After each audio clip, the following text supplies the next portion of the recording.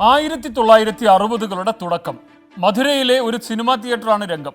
Cinema ഏതാണ്ട് പകുതി പിന്നിട്ടു. സംഘടന രംഗം നടക്കുകയാണ്. നായകന്റെ കയ്യിൽ ആകെ ഉണ്ടായിരുന്ന കത്തി തെറിച്ചു പോകുന്ന ഒരു രംഗമാണ്. ഈ സമയത്ത് എം.എൻ. നമ്പ്യാരും കുറെ വില്ലന്മാരും കൂടി ഈ എം.ജി.ആറിന്റെ ചുറ്റും ഇങ്ങനെ കൂടി. നിരായുധനാണ്, നായകൻ എന്തും സംഭവിക്കാം. പെട്ടെന്നതാ കാണികളിൽ നിന്നൊരാൾ തലച്ചു വിളിക്കുകയാണ്, വാത്യാരേ കവലൈ വേണ്ടാം, ഇതേ പിടിച്ചവങ്ങളെ തുരത്തുങ്ക. ഈ ഡയലോഗും പൂശി ഈ മനുഷ്യൻ തന്റെ അരയിലിരുന്ന കത്തിയെടുത്ത് സ്ക്രീനിനെ ലക്ഷ്യമാക്കി എറിഞ്ഞു. പക്ഷേ എം.ജി.ആറിന് പിടിക്കാൻ പറ്റിയില്ല. സ്ക്രീൻ കത്തി കൊണ്ട് കീറിപ്പോയി. അന്നൊക്കെ ഈ സ്ക്രീൻ എന്ന് പറയുന്നത്, അന്നല്ല ഇപ്പോഴും ഈ സ്ക്രീൻ എന്ന് പറയുന്നത് കുറച്ച് ചിലവുള്ള ഒരു ഏർപ്പാടാണ്. സിൽവർ സ്ക്രീനാണ്, വെള്ളിത്തിര. സിൽവർ എന്ന് പറഞ്ഞാൽ വെള്ളി. ഈ അലുമിനിയവും സിൽവർ ഡസ്റ്റും ചേർത്ത ഒരു മിശ്രിതം ഈ വലിച്ച് ടൈറ്റായി കെട്ടിയ കട്ടിയുള്ളൊരു തുണിയിൽ പൂശിയെടുക്കും.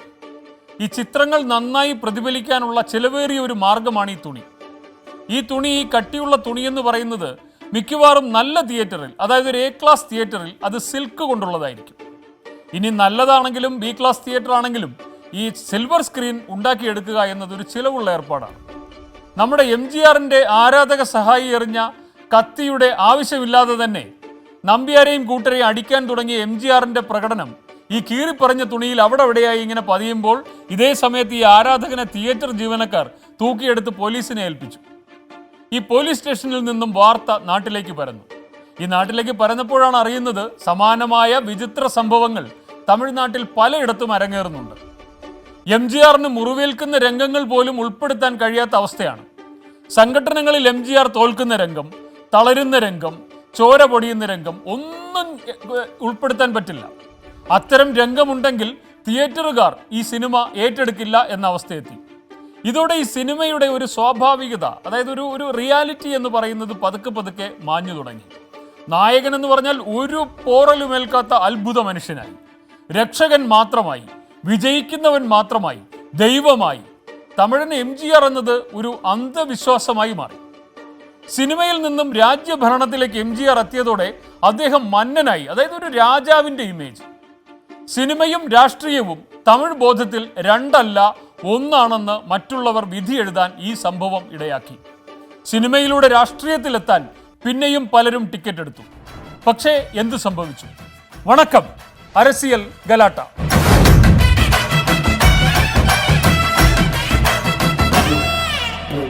സൂപ്പർ സ്റ്റാർ രജനീകാന്തിന്റെ രാഷ്ട്രീയ മോഹങ്ങൾക്കും അദ്ദേഹത്തിന് ജയലളിതയുമായി ഉണ്ടായ പിണക്കത്തിനും ഏതാണ്ട് ഒരേ വയസ്സാണ്. ഈ ഒരു റിട്ടയർമെന്റ് എടുക്കാൻ ഉറച്ച് ജയലളിത സിനിമയിൽ നിന്നും വിട്ടുനിൽക്കുന്ന കാലം, അതായത് 1977 ശേഷം ജയ അഭിനയിക്കാതെ നിൽക്കുന്നു. 1980 നദിയെ തേടി വന്ന കടൽ എന്ന ചിത്രത്തിൽ നായികയാകാൻ സംവിധായകൻ ബി ലെനിൻ ജയലളിതയെ ക്ഷണിച്ചു. ഈ ബി ലെനിൻ എന്ന് പറയുന്നത് പ്രശസ്ത സംവിധായകൻ ഭീം സിംഗിന്റെ മകനാണ്. മാത്രമല്ല സിനിമയിലെ വളരെ പ്രശസ്തനായ, അതിനോടകം തന്നെ ഒരുപാട് സിനിമകൾ എഡിറ്റ് ചെയ്ത ആളാണ് ഈ ബി ലെനിൻ. ഈ ഭീം സിംഗിന്റെ മകനായതുകൊണ്ടും വളരെ പേരുകേട്ട ഒരു എഡിറ്റർ ആയതുകൊണ്ടും ജയ സമ്മതം അറിയിച്ചു. നായകൻ രജനീകാന്ത്. പക്ഷേ നായകനെ നേരിട്ടൊന്ന് കണ്ടിട്ട് തീരുമാനിക്കാമെന്ന് ജയലളിത അഭിപ്രായപ്പെട്ടു. അങ്ങനെ രജനീകാന്ത് ജയലളിതയുടെ വീട്ടിലെത്തി. പക്ഷെ ഈ കൂടിക്കാഴ്ച രജനീകാന്തിന് അത്ര ശുഭകരമായിരുന്നില്ല. ജയലളിതയ്ക്ക് രജനീകാന്തിനെ ഇഷ്ടപ്പെട്ടില്ല. അങ്ങനെ ഇഷ്ടപ്പെടാതിരുന്നതിന് പല കാരണങ്ങളും പല കഥകളായി പിന്നെ തമിഴ്നാട്ടിൽ റിലീസ് ചെയ്തിട്ടുണ്ട്. രജനീകാന്തിന്റെ കറുപ്പ് നിറമായിരുന്നു പ്രശ്നമെന്ന് നിറവാദികൾ വാദിച്ചു. പക്ഷെ മറ്റൊരു കഥയാണ് കൂടുതൽ രസകരം. രജനീകാന്ത് ഇങ്ങനെ ഇരിക്കുകയാണ്. രജനി നോക്കുമ്പോൾ മുന്നിലിരിക്കുന്ന ജയലളിത കാലിന്മേൽ കാൽ കയറ്റി വെച്ചിരിക്കുന്നു. ഒട്ടും വൈകാതെ രജനിയും കാലിന്മേൽ കാൽ കയറ്റി വെച്ചു. മാത്രമല്ല ഒരു പടി കൂടി കടന്ന് ഒരു സിഗരറ്റും കത്തിച്ചു. എന്തായാലും കാര്യമേത് കഥയേതെന്ന് അറിയില്ല. ജയലളിതയ്ക്ക് നായകനെ ഇഷ്ടപ്പെട്ടേയില്ല, റിജക്റ്റ് ചെയ്തു. അന്ന് ചോക്ലേറ്റ് പരിവേഷമുള്ള ശരത് ബാബു ഈ നദിയെ തേടി വന്ന കടൽ എന്ന സിനിമയിൽ ജയലളിതയുടെ നായകനായി. പടം 8 നിലയിൽ പൊട്ടുകയും ചെയ്തു. കാരണം എന്തായാലും ജയലളിതയുടെ പ്രവൃത്തി രജനീകാന്തിനെ മുറിവേൽപ്പിച്ചു. ഇതിനോടകം മറ്റൊരു പ്രശ്നത്തിൽ എം.ജി.ആറും രജനീകാന്തും തമ്മിൽ കുറച്ച് പ്രശ്നത്തിലായിരുന്നു. എം.ജി.ആറിന്റെ രാഷ്ട്രീയ പിന്തുണയും ജയലളിതയുടെ രാഷ്ട്രീയ പ്രവേശവും രജനീകാന്തിന്റെ മനസ്സിന് മുറിവേൽക്കലും ഒക്കെ കൂടി ഒരു ചെറിയ കാലയളവിലാണ് സംഭവിച്ചത്. അരസിയൽ എന്ന സുമ്മാവാ അല്ല, അരസിയൽ എന്നത് പെരിയ കാര്യം എന്ന് രജനീകാന്തിന് ഈ സമയത്ത് മനസ്സിലായി. ചില ചില്ലറ ഉരസലൊക്കെ പിന്നീട് ഈ ജയലളിതയുമായി ഉണ്ടായെങ്കിലും കാലക്രമത്തിൽ ഇരുവരും അതൊക്കെ മറന്നു. പക്ഷേ ഈ നായകനാകാൻ നായികയുടെ പോയസ് ഗാർഡനിലെ വേദനിലയത്തിലെത്തിയ കാലം മുതൽ മോഹിച്ചത് രജനീകാന്തിനൊരു മോഹം ഉണ്ടായി, പോയസ് ഗാർഡൻ. അങ്ങനെ പോയസ് ഗാർഡനിലേക്ക് അദ്ദേഹവും താമസം മാറ്റി. ഇരുവരും നല്ല അയൽക്കാരായി. ജയലളിത രാഷ്ട്രീയത്തിലും രജനീകാന്ത് സിനിമയിലും സൂപ്പർ സ്റ്റാറുകളായി.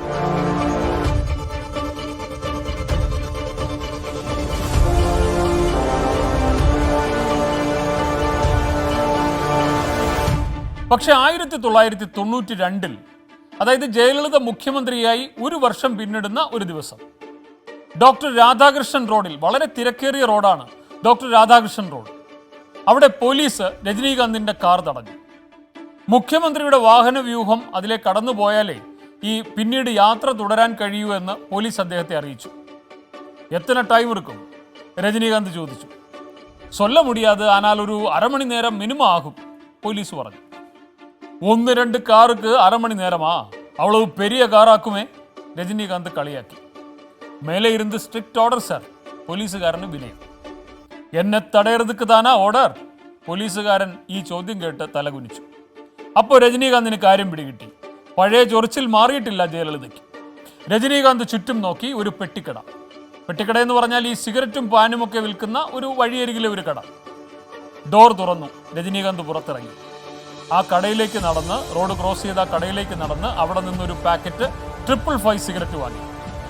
അവിടെ വഴിയരികിലെ ഇലക്ട്രിക് പോസ്റ്റിലേക്ക് ചാരി അവിടെ നിന്ന് അദ്ദേഹം സിഗരറ്റ് കത്തിച്ചു. ഈ സിഗരറ്റ് കത്തിക്കുന്ന കാര്യത്തിൽ രജനീകാന്തിന് ഒരു വിട്ടുവീഴ്ചയുമില്ല. കാര്യം, ആകാശത്തേക്ക് എറിയുന്ന സിഗരറ്റിനെ വെടിവെച്ച് അത് ചുണ്ടിലേക്ക് വന്നിരിക്കുക, ഇല്ലെങ്കിൽ 2 കല്ലുകൾ കൂട്ടി കത്തിച്ച് അതിൽ നിന്നും തീ പിടിപ്പിക്കുക, ഇങ്ങനെയുള്ള പല കലാപരിപാടികളും അദ്ദേഹം ഈ സിനിമയിൽ നടത്തിയിട്ടുണ്ട്. ഇത് പക്ഷെ നിജமான வாழ்க்கை നടന്ന സംഭവം. ഇതാ ഊർക്കാവലനും മനിതനും ധർമ്മത്തിൻ തലൈവനും രാജാജി രാജനും ഒക്കെ ഇതാ പോസ്റ്റിൽ ചാരി നിന്ന് സിഗരറ്റ് വലിക്കുന്നു. അവിശ്വസനീയം. ജനം ആദ്യം സംശയിച്ചു, ഡ്യൂപ്ലിക്കേറ്റ് ഒന്നും അല്ലല്ലോ. അല്ല, നിമിഷ നേരം കൊണ്ട് രാധാകൃഷ്ണൻ റോഡിൽ തേനീച്ചക്കൂട് പോലെ നടുവിൽ രജനി. ജനം റോഡ് കയ്യേറി. ദളപതി ചിരിച്ചു. പണി ഏറ്റിരിക്കുന്നു.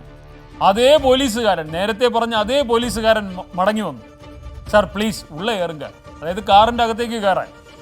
മുഖ്യമന്ത്രി അമ്മ പോകരുതൊക്കെ കാത്തു നിൽക്കറേ സാർ, രജനിയുടെ കൗണ്ടർ. സാർ ഉങ്കൾ കാർക്ക് പോകല സാർ, പ്ലീസ് സാർ. കാരണം അവിടെ ആ നിലയിൽ തുടർന്നാൽ മുഖ്യമന്ത്രിയുടെ സുരക്ഷ പോയിട്ട് ആ നാട് തന്നെ സ്തംഭിക്കുന്ന അവസ്ഥയിലായി. രജനീകാന്താണ് വെളിയിൽ ഇറങ്ങി നിൽക്കുന്നത്. ആരാധകർക്ക് അഭിവാദ്യം നൽകി മടങ്ങുമ്പോൾ രജനീകാന്ത് ഒരു കാര്യം ഉറപ്പിച്ചു: ജയാഭരണം അവസാനിപ്പിക്കണം. അതിന് സിനിമയെയും തൻ്റെ താരപരിവേഷത്തെയും ഉപയോഗിക്കണം. അന്ന് ചിത്രീകരണം ആരംഭിക്കാനിരിക്കുന്ന ഒരു സിനിമയാണ് മന്നൻ.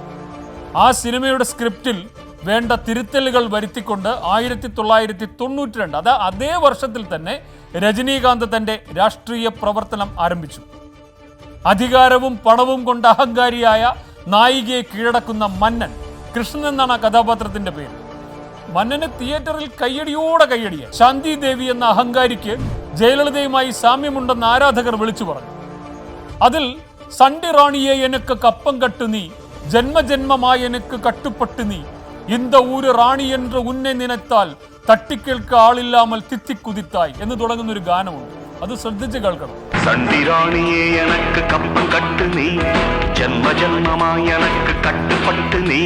അതിൽ ഇങ്ങനെ തുടരുന്നുണ്ട്: എൻ സ്വതന്ത്രത്തെ ഇന്നാളും ആരും പറിത്തതില്ലേ, എൻ ചരിത്രത്തിൽ ഇന്നാലും പെൺമകൾ ജയിത്തതില്ലേ. എന്റെ സ്വാതന്ത്ര്യത്തെ ഇത്ര കാലമായും ആരും അപഹരിച്ചിട്ടില്ല. എന്റെ ചരിത്രത്തിൽ ഇത്ര കാലവും ഒരു സ്ത്രീയും എന്നെ ജയിച്ചിട്ടുമില്ല. ഊരിലെ റാണി എന്ന് ധരിച്ച് ചോദിക്കാനും പറയാനും ആളില്ല എന്ന് കരുതരുത്. കൊമേഴ്സ്യൽ സിനിമയാണ്. ജനം ഇടിച്ചു കയറി കണ്ട മന്നനാണ്. സിനിമയെ കൊണ്ട് രാഷ്ട്രീയത്തിൽ ഒരു ഒളിപ്പയറ്റ്. ഇതാണ് രജനീകാന്ത്. അതേ സിനിമയിൽ തന്നെ ആമ്പിളை നെഞ്ചു നിമിർത്തിക്കിട്ട് കയ്യെ ആട്ടിക്കിട്ട് ഗംഭീരമാ നടക്കണം, പൊമ്പിളൈങ് എന്ന തല കുനിച്ചിക്കിട്ട് അടക്കമാ നിൽക്കണം. ഇതേ മന്നനിൽ തന്നെ രജനീകാന്ത് ഈ നായികയോട് വച്ച് കാച്ചുന്നുണ്ട്. 1999 പടയപ്പയിലെ നായിക നീലാംബരി രജനീകാന്തിന് മുന്നിൽ കാൽ കയറ്റി വയ്ക്കുന്ന ഒരു രംഗമുണ്ട്. 1980 ആ പഴയ യഥാർത്ഥ സംഭവത്തിന് ഈ രംഗവുമായി അറിഞ്ഞോ അറിയാതെയോ യാദൃച്ഛികമായതോ അല്ലാത്തതോ ആയ ഒരു ബന്ധമുണ്ടെന്ന് ജനം വീണ്ടും വീണ്ടും പറഞ്ഞു. അധികം ആശപ്പെടുற ആമ്പിളയും അധികമാ കോപപ്പെടുற പൊമ്പിളയും നല്ല വാഴ്ന്നതാ ചരിത്രമേ കിടയാത് എന്ന ഡയലോഗിൽ ആണിനെ കൂടി കയറ്റി ഒന്ന് ബാലൻസ് ചെയ്യുന്നുണ്ട് എന്നതൊഴിച്ചാൽ നീലാംബരി രജനിക്ക് ജയ തന്നെയായിരുന്നു. 1992 റോഡ് ബ്ലോക്ക് ജയലളിതയുടെ കസേര തെറിപ്പിക്കുമെന്ന് രാഷ്ട്രീയ നിരീക്ഷകർ അന്നേ എഴുതിയിട്ടുണ്ടായിരുന്നു. രജനീകാന്ത് ഇറങ്ങി. തനിക്ക് മൈക്ക് കിട്ടിയ പൊതുവേദികളിലൊക്കെ രജനീകാന്ത് രാഷ്ട്രീയം പറഞ്ഞു. 1996 അസംബ്ലി തെരഞ്ഞെടുപ്പിൽ ജയലളിതയെ തോൽപ്പിക്കാൻ താരം നേരിട്ടിറങ്ങി.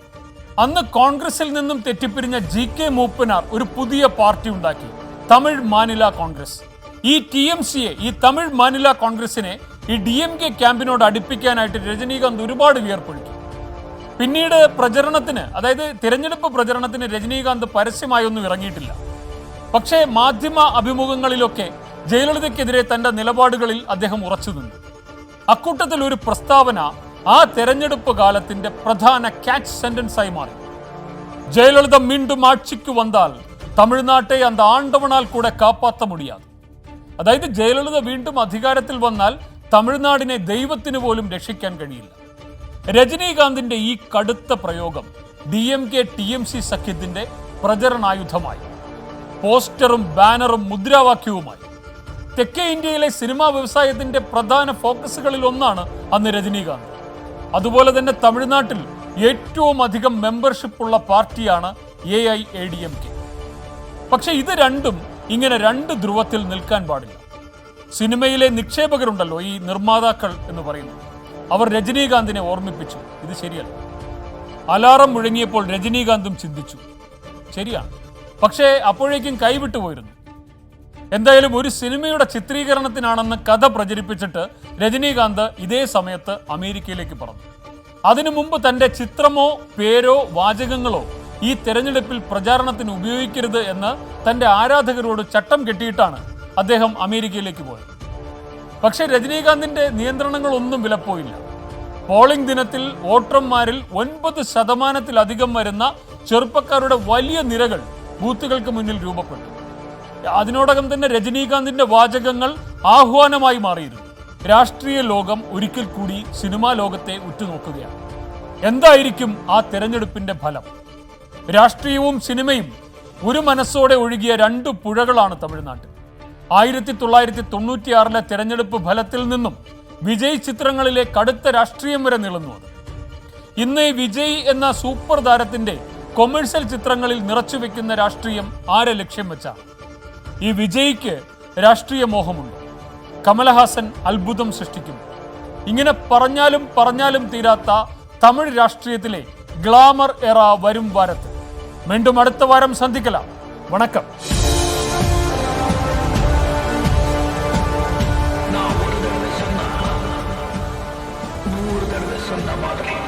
எப்போ வருவே எப்படி வருவேன்னு யாருக்கும் தெரியாது.